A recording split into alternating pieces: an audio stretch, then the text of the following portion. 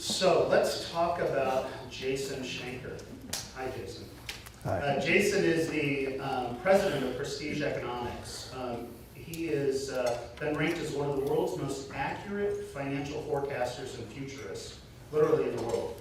Bloomberg News ranks him as a top forecaster in 42 categories, including #1 in an astonishing 25 categories, from currencies to commodities. In fact, in our pre-call with Jason, I asked him, why is there just separation that never used to exist between gold and platinum?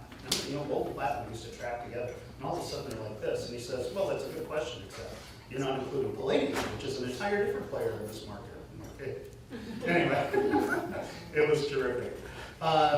He attends OPEC and Fed events each year. He gives keynote speeches to public companies, private companies, industry groups, of U.S. Federal Reserve. He's even advised NATO and the Department of Defense on the future, and he can talk about multiple topics about the future, whether it's healthcare or employment or just the future of the earth. He talks about blockchain, Bitcoin, cryptocurrency, and even fake news. Interesting. He's a columnist for Bloomberg Opinion. He has written 8 books. 4 of them have been #1 bestsellers at Amazon. He has another book, the latest is coming out this month, and it is called, tell me again. Quantum Computing Nouveau. Quantum Computing Nouveau. He's very active in fintech, been executive on executive and advisory boards, executive director of the Texas Blockchain Association, and member of the Texas Angel Network. He holds a master's degree in applied economics from UNC Greensboro, a master's in negotiation from CSU Dominguez Hills. We were saying he and I are probably the only 2 Cal State graduates in the room, but don't hold that against us. Master's in German from UNC Chapel Hill, bachelor's in German and history from the University of Virginia, and then finally lots of various certificates from MIT, Harvard, UNC, and Carnegie Mellon. Before founding Prestige Economics, he worked as a risk specialist for McKinsey. So outstanding background. And prior to his time at McKinsey, he was the chief energy and commodity economist at Cover Bank. He's based in Austin, which is great to have him here. And one of the neat things he does, he's on the advisory board of Hidden Star. If anybody's ever heard of Hidden Star, it's based here in Austin.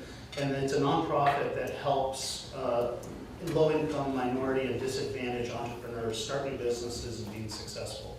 And as I was researching Hidden Star, I thought it was interesting. One of your fellow board members is the guy who invented the clapper. Remember that? I didn't know anybody invented it, but he did. He was very successful. And with that, please give a warm NACD welcome to Jason.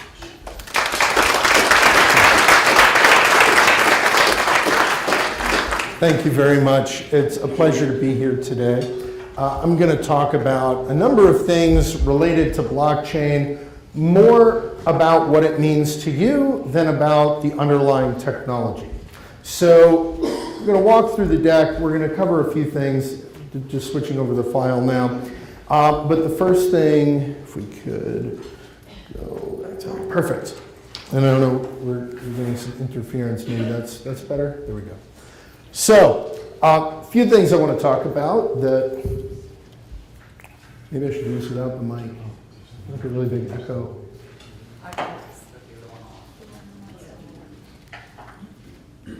Maybe it's, should I just do it without it?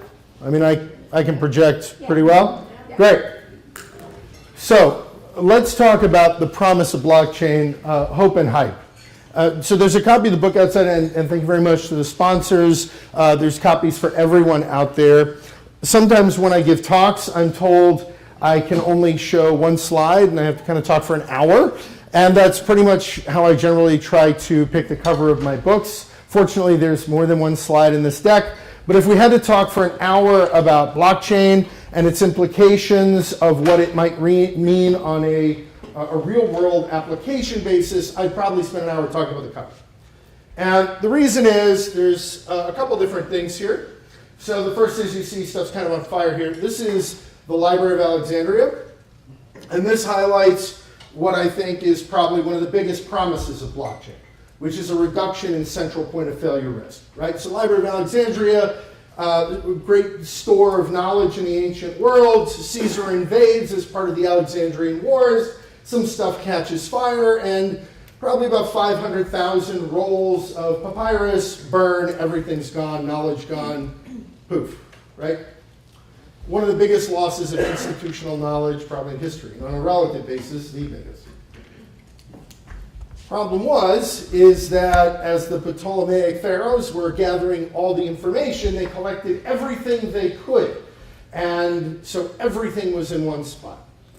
Now, blockchain reduces what's called central point of failure risk because it's really good for a distributed network, right? Aside from the cryptocurrency side, which I'll talk about for a brief few minutes here, there's also the application of its use as a database technology, right? As a way of sharing information across entities. Right now, most organizations, if you're engaging in transactions, you probably have all of your information in one central place, and that presents central point of failure risk. This is similar to the notion of a single point of failure, right? If we think about a single point of failure, which many people may be familiar with, this is like if you have a power grid, and if the transformer on your corner goes out, the entire grid goes down. There's weakness at a single point. Same thing's true with the internet, right? If one node goes down, the whole system fails. A central point of failure risk is like that, but the failure risk exists because everything is in one spot. So that's part of the blockchain component. That's one of the biggest risks. We'll talk about the flip side of that and why cryptocurrency is blockchain the thing that saves institutional knowledge? Is it the thing that burns civilization down? Or is there also a limitation to it, which is kind of alluded to by the chains that frame the image, which are ones and zeros, which are binary code, which is an allusion to the impact that quantum computing could have on blockchain and all encryption moving forward. So I'll talk about that a little bit later in the deck, but let's start with the blockchain basics, right? I'm sure many of you have seen this. There's kind of three parts to it. Blockchain takes individual transactions or records. They're collected as part of a block. They are processed as a block, and they go on the chain.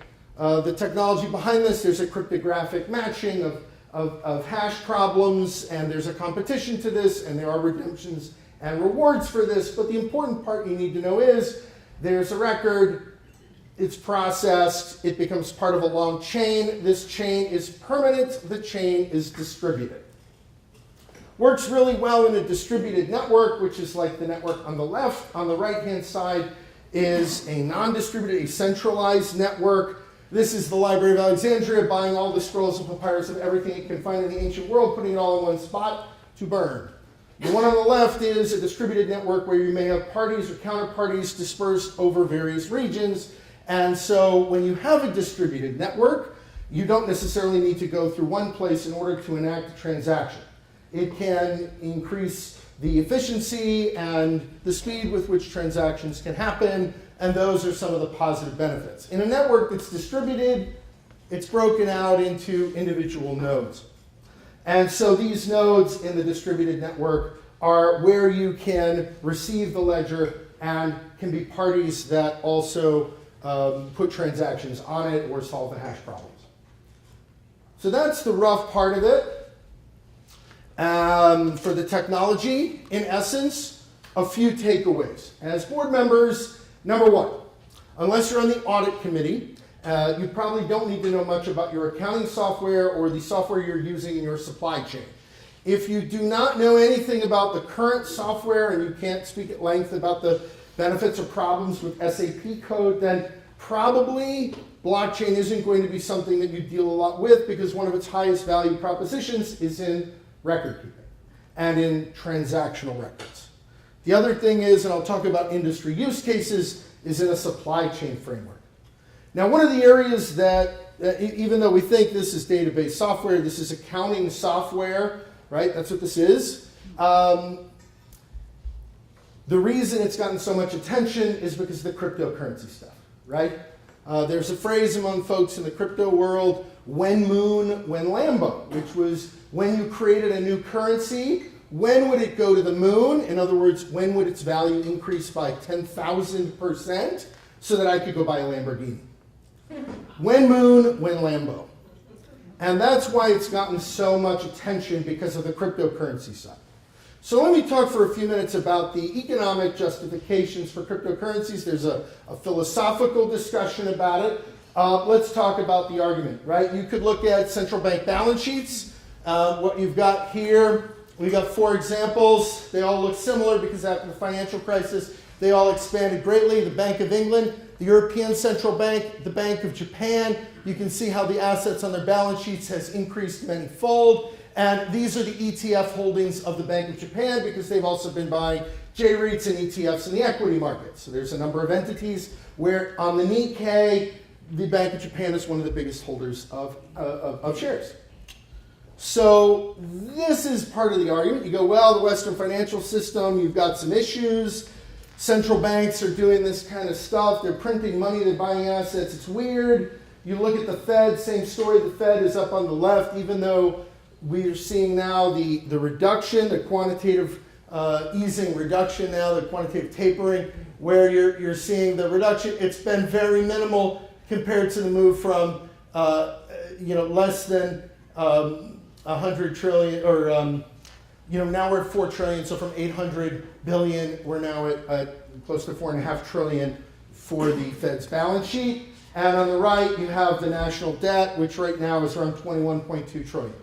So if you were, politically inclined and you were libertarian, you drew on Austrian economics, right? Hayek wrote a piece about token currencies back in the 70s, lauding the fact that token currencies could be much more useful and reliable than what you get from central banks, because throughout all of human history, there's always been a move to devalue currencies. And, plus ça change, plus c'est la même chose, right? It's always been, it'll always be. So you can always count on central banks to devalue their currencies. That's what we're going to see. And look at the debt situation. Of course, he was writing just as Bretton Woods, the sun was setting on that in the early 70s.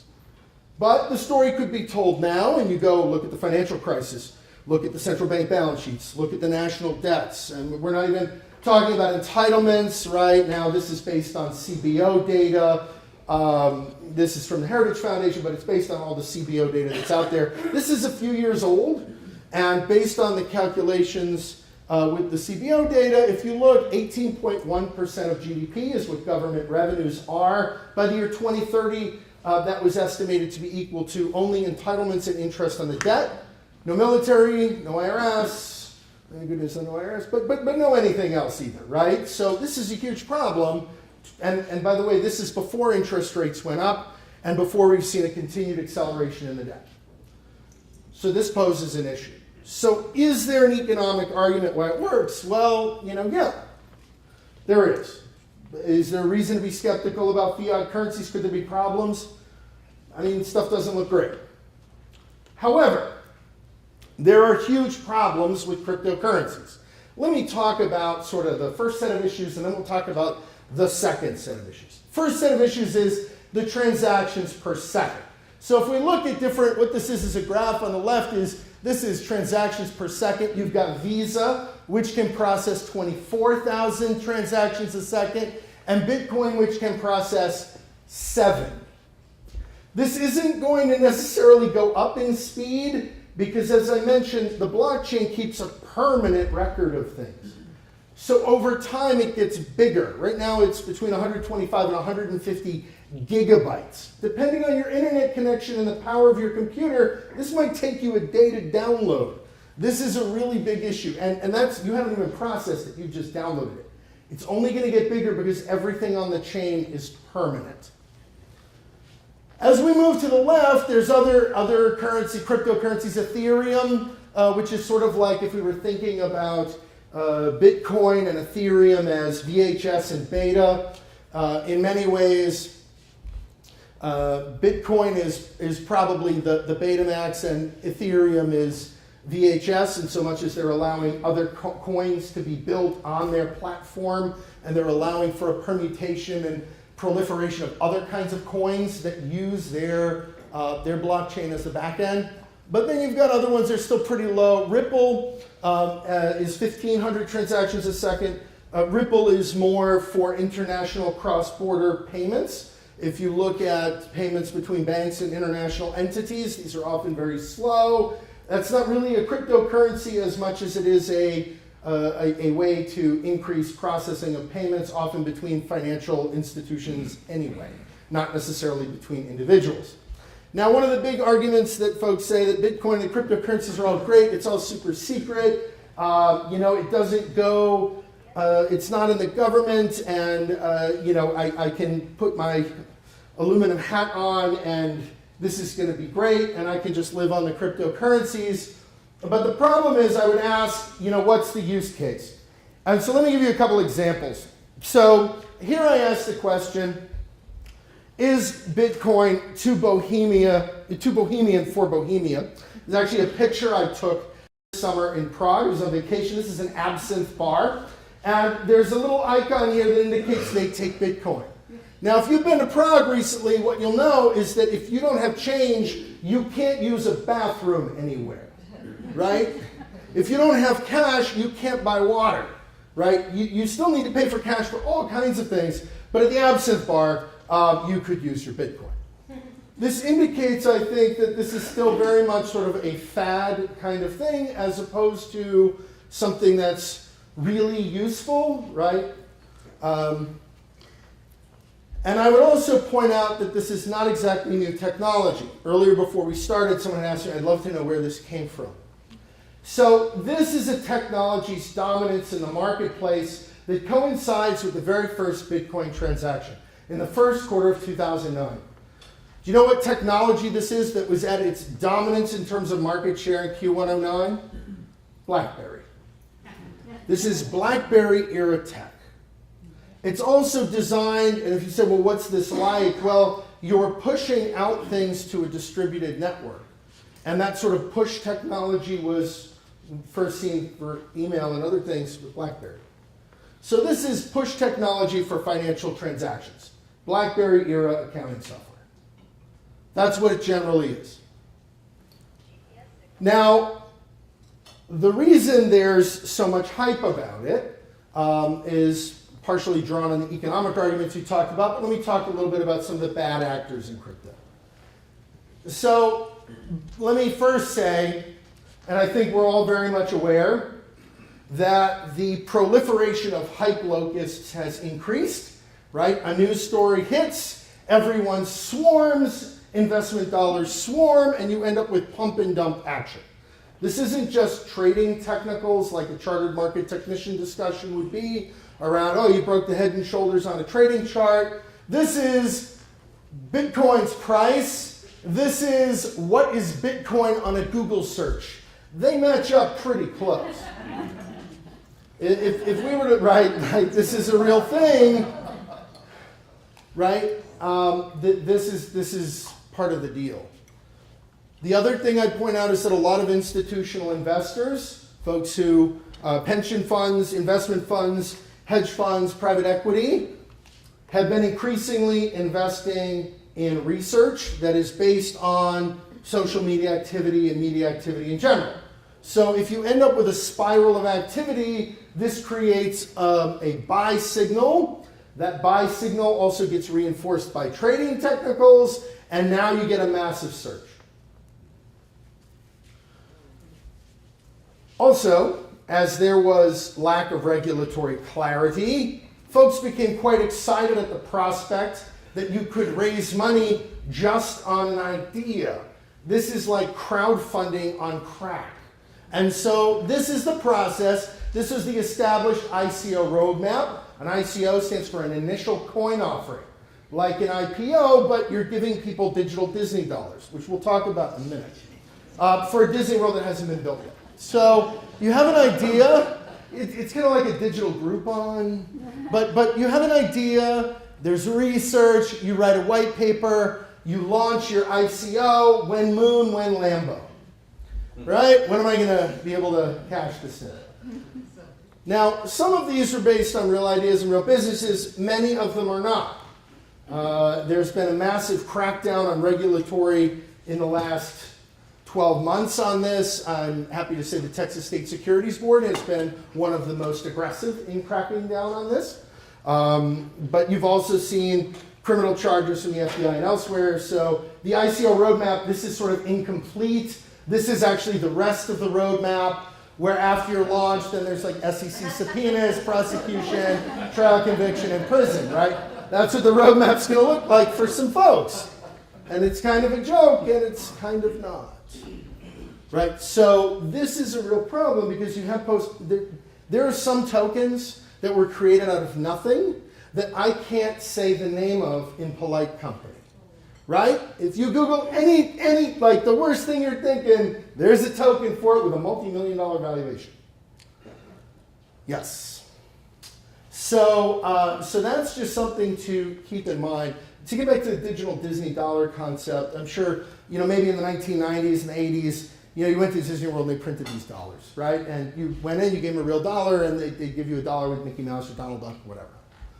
And the only place you could spend it would be Disney, right? A store, Disney World, or Disneyland, or something like this.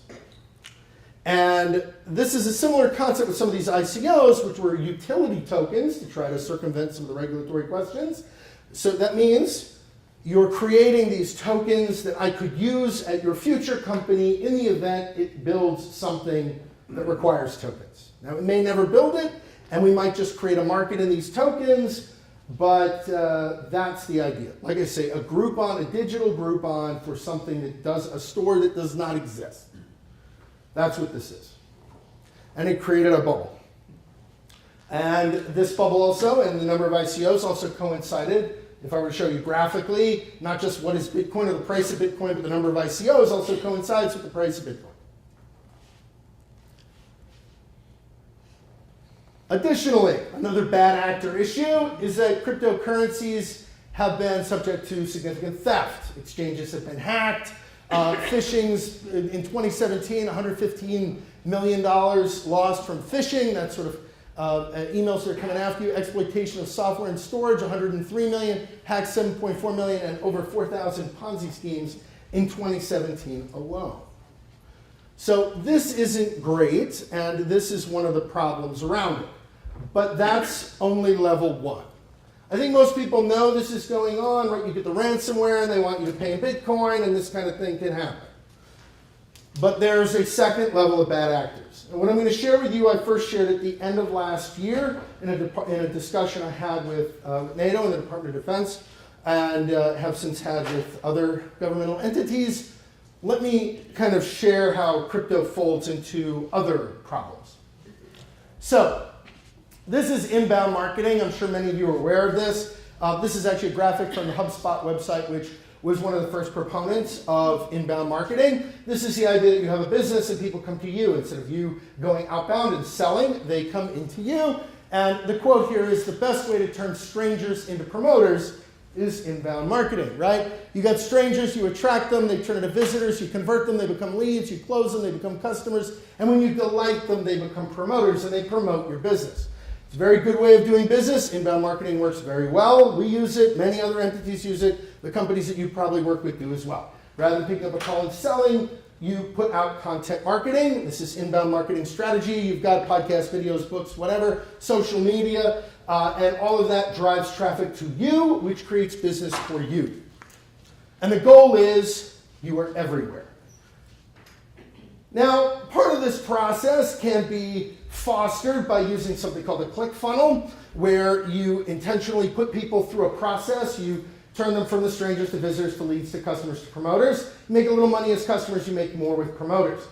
ClickFunnels strategies can include, and this is actually a screen capture from the ClickFunnels website, there's an actual company called this, things that include ethical bribes, squeeze pages, you pull people in and you push them to purchase. Highly effective method of marketing.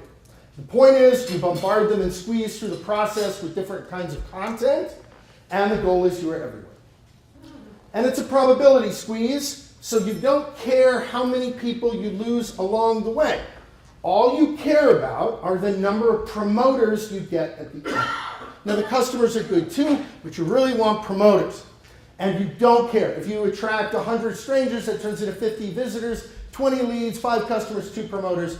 You figure out that math, and then you dial up the dollars you're investing in the different channels that you're using to attract customers. This is how business works on an inbound strategy, and I'll get to how this is tied to crypto very shortly. This works really well, consulting, book sales, businesses, all kinds of things. And the question I ask is, what does the click funnel for a terrorist organization look like? Because, if we recall, right, this is the way you turn strangers into promoters, right? And there's two ways you pull people into funnels. And one way is you have money, and the other way is you have an easy button that you push that allows to accelerate social network activity. And the only solution is you have to disrupt or hack a terrorist click funnel. Now, I realize this isn't what you'd normally think of because we started with such a nice thought of the inbound marketing where you turn strangers into promoters. But if you don't disrupt that kind of funnel, right, again, this is the best way to turn strangers into promoters. You don't care how many you lose along the way. All you want are people to come out the bottom of the funnel. The reason this is really important and ties into concepts around fake news is because it's sometimes tough to spot things like clickbait. These are actually screen captures from CNN from last fall. Fabio's turning 30. Don't you want to know what he looks like today? Right? You won't recognize the kid from The Sixth Sense. Very tough to tell what's actually an ad and what's not. And the problem is this leads to a democratization of media and the inability to determine what's real and what's fake. And so Bat Boy is the future of news. You may recall from grocery stores in the 80s, even into the 90s, you could buy these stories of Bat Boy, right? That this wasn't like a real thing. I think most people know that, I hope. Right? But there were stories that every week there'd be something different, right? Bat Boy met with President Clinton. Bat Boy goes fishing, right? This is not a real thing, and everybody knew it. But the problem is you've got these sort of confounding factors, and Bat Boy is everywhere. And if political or terrorist entities have access, particularly to things like cryptocurrency that they can move around anonymously without being discovered or tracked, then terrorist messaging is everywhere, or subversive political messaging is everywhere. So while most people tend to think of the cryptocurrency, the When Moon, When Lambo, there's actually, or they might have heard about people get their things hacked, they might not understand this is also going on the back end. I would also, kind of encourage you to think about that this is a really, this is a very, very big issue. And that this time is never different. So you might think cryptocurrency's new, we've never had anything like this, where you can engage in this kind of this kind of money laundering, where it's completely anonymous, you can move these funds, you can engage in this kind of interference through social media and elsewhere, but this time is never different. The equivalent of cryptocurrencies is not just digital Disney dollars or digital Groupons or digital Beanie Babies, if you want. The actual equivalent is digital bearer bonds. If you have the code, they are yours. Remember the plot line to the first Die Hard movie? What they're actually trying to get to is a safe full of bearer bonds. These were largely not outlawed, but kind of in the US in the 1980s, because whoever had the bond had access to redeeming it for funds. And this facilitated international money laundering to the point where these were banned.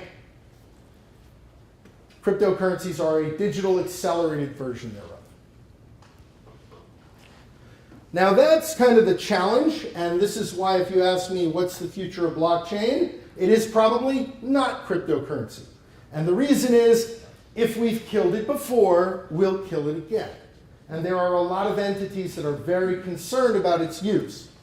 The last thing I'd say on this topic is that there's also talk around the campfire that potentially the Bitcoin bubble and the cryptocurrency stuff may just be one giant psyops against Western financial institutions.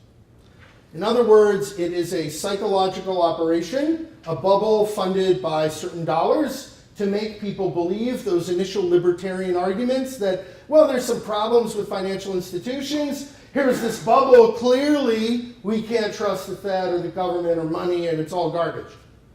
You can't buy that kind of skepticism, or perhaps you can. Now, The real use case for blockchain technology isn't the Bitcoin or the cryptocurrency technology. The real use case is in industry as accounting software. So let me discuss a few industry use cases of where this could be valuable. This is some original research from the Futurist Institute, and don't worry about the graphics. They're all in the book that's on the way up. But a few things mapped out, half a dozen different industries here: agricultural, financial services, transport and logistics, government, healthcare, and property.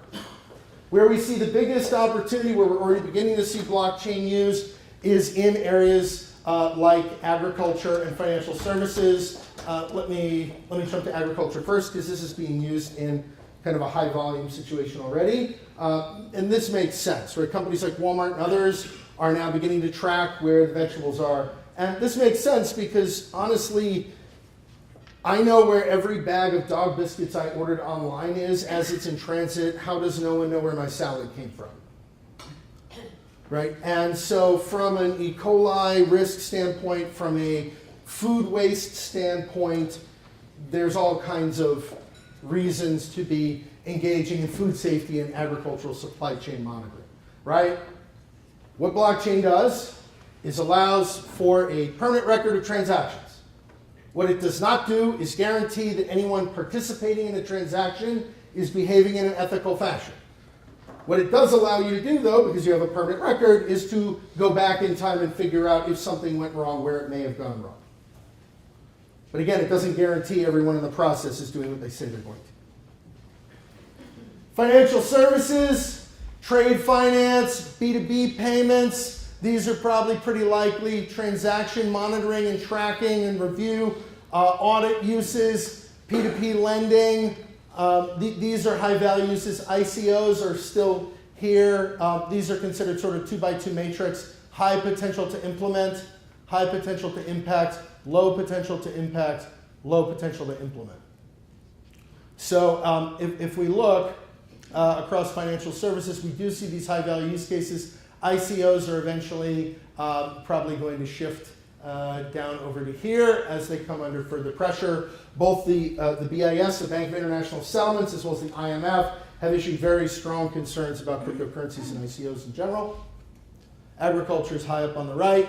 Transport and logistics is probably the biggest area. So if you're in a business that's somehow tied to supply chain, this could be a better way to keep track of records, of shipments, bills of lading, anything that keeps track more efficiently. Could also reduce what economists call transactional friction in supply chain. In many cases, this might be sort of legal, paperwork, trade, any kind of processing of paperwork could potentially be reduced through using blockchain technology for an automated set of processing. Now, if you are not in the audit or accounting function, or you are not in supply chain, the use cases go down.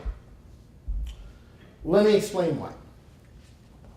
So let's talk about property first of all. Everybody talks about how we're going to buy and sell houses on blockchain, real estate's on blockchain. Let me remind you, this is a permanent ledger. You know where most people are most of you probably, when you bought your homes, you did the entire paperwork process for your home was probably at a title agency.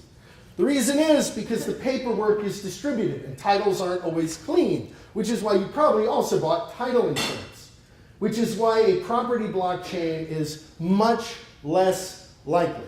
So this is a problem. You could have a land registry. That could be something, but that's the first and required step to engage in any transactions about property on a blockchain, because it's permanent and you can't unwind the trade. This also is something to consider when it's different if you have companies moving large cargoes of dry bulk or auto parts or something else, and they're doing regular shipments, transactions all the time. Buying and selling property is a very high value activity, especially proportional to people's net worth, and it's a very infrequent transaction, and the paperwork is scattered. So before you can get to any of that, you really need to start registering where the property is before you can do anything at all. The other thing that's kind of a low to mid potential thing is leasing. Sure, you could have blockchain leases, but maybe using DocuSign is good enough. It's not necessarily going to give you any benefit to put it on a blockchain. You don't have to use the more complicated solution that has bloat, can't be amended, it's permanent. You don't always need a blockchain to solve the problem you're trying to solve. You can, but, look, in my business, I do forecasting. Excel doesn't do it for me. And I analyze different kinds of statistical software packages when I was making the decision. I looked at SAS, I looked at Stata, I looked at MATLAB, and SAS and Stata were kind of the two that I came down to. SAS is 10 times more powerful than Stata. It's also 10 times more expensive, and Stata was much more powerful than even I would need for the analysis that I generally do. So why would I go with the more expensive, more intense, more powerful option that I don't need at all? And that's important to also think about blockchain. Because people are still caught up, the hype locusts are still swarming about the when Moon, when Lambo, 10,000% returns, this is going to be everywhere, and there's a lot of lip service paid to it. But the truth is, in many use cases, it doesn't make sense. You're not going to have specialized programming or costs, and if you can never unwind it, it becomes a really big problem. Another area where we see overstating, now in government use, there's some areas where it's going to be probably quite valuable. Government procurement, government spending, tax payments, government audits, that's very good. You want to have better records, you want permanent records, you want to know how money is going in and out. This is going to be very helpful for a yellow book audit. Perfect, wonderful. You know what you're not going to have? Voting or an identity registry. Aside from sort of the legal or constitutional or privacy issues involved, let's play a Kafkaesque game. Let's imagine that instead of the national identity registry we already have, which is Social Security, let's say we put everybody on a blockchain. And let's say someone fat fingers a number and says, I'm dead. 51% of the folks in the network click a button and say, I'm dead. I have now suffered death by blockchain. It's a permanent ledger. I wake up tomorrow, my phone doesn't work, my property's been transferred, my bank accounts are drained, my credit cards are all canceled. I don't exist. And it's digital. It's not like there's anyone I can call or any kind of process. It's permanent. They can't create a new transaction, a new record on another chain that says I'm now a baby and I'm born again into the system. I'm dead. It's done. It doesn't make any sense. You already have Social Security. The record keeping already works. It's done. And by the way, if you're accidentally declared dead, that's already complicated enough. But there's no process here for getting out of that. Healthcare, again, where is this going to be used in healthcare? Pharmaceutical supply chain. Yeah, I want to know where my drugs came from, that these are the right drugs. There should be a record of that. That sounds probably proper. Also payments. Yep, it's sort of an accounting thing. That sounds right. Healthcare records and identity, like there could be some reason there, but I don't think that's an early adoption. But things like clinical trials, probably not, right? You're looking at a small number of people in a clinical trial, data shared between a few number of people. You can probably keep that in an Excel spreadsheet and it will be sufficient. You don't need the clinical trial data locked in a blockchain. Doesn't make sense. And by the way, along those lines, I would highlight one other risk that most people don't think of. And it was actually, I did the NHC, the cybersecurity certificate, which I thought was great. And one of the big takeaways that I took from it was the concept of attack surface, right? So let's discuss this for a second. When you have a central data, you have a central point where all the data is kept, all decisions are made, all financial transactions happen. If the data gets out there, you know it probably came from a handful of computers or a certain number of limited people who have access in a certain room, right? Those are the finance guys, the finance data lake, did somebody in there. What happens when all the data is now distributed across the entire network? Well, now your attack surface from a cybersecurity standpoint has greatly increased. There's a lot more places you can attack, there's a lot more places data could leak, and it could be a much bigger problem to track down where the issue came from. So that's also a trade-off, not just the bloat or the cost to process or the energy consumption, which for Bitcoin already exceeds, I think, the the annual energy consumption of the entire country of Switzerland. But you've got other problems. Now, technology is, as is often discussed during NACD, a going concern issue. It's part of the reason I founded the Futurist Institute. We have a number of courses on different topics of technology, future finance, future data. Our next course coming is on quantum computing. It'll be out next week, which is also coinciding with the release of my next book, Quantum Computing Nouveau, which brings me to the last point about blockchain. So folks look at this as a panacea of cybersecurity, of cryptography. It'll never be broken. But we're 5 years or so away from quantum computing, and once that happens, this stuff could be cracked open like an eggshell. This time is never different, which is why I said computing nouveau. It's a new kind of computing. But the other thing I'd tell you is that the normal computing programming that we all use in a classical computer that uses binary code could likely be cracked, blockchains as well. This isn't perfect. But the good news is that all the bad actors and mobsters and spies and other nefarious folks working in the dark web that are using crypto and think I'll never get caught will. So just something to consider. That's a longer discussion for another day. Disclaimer, I'm sure you're all going to read it diligently. And I'm happy to take Q&A at this point on these or related subjects. Please. By the way, there's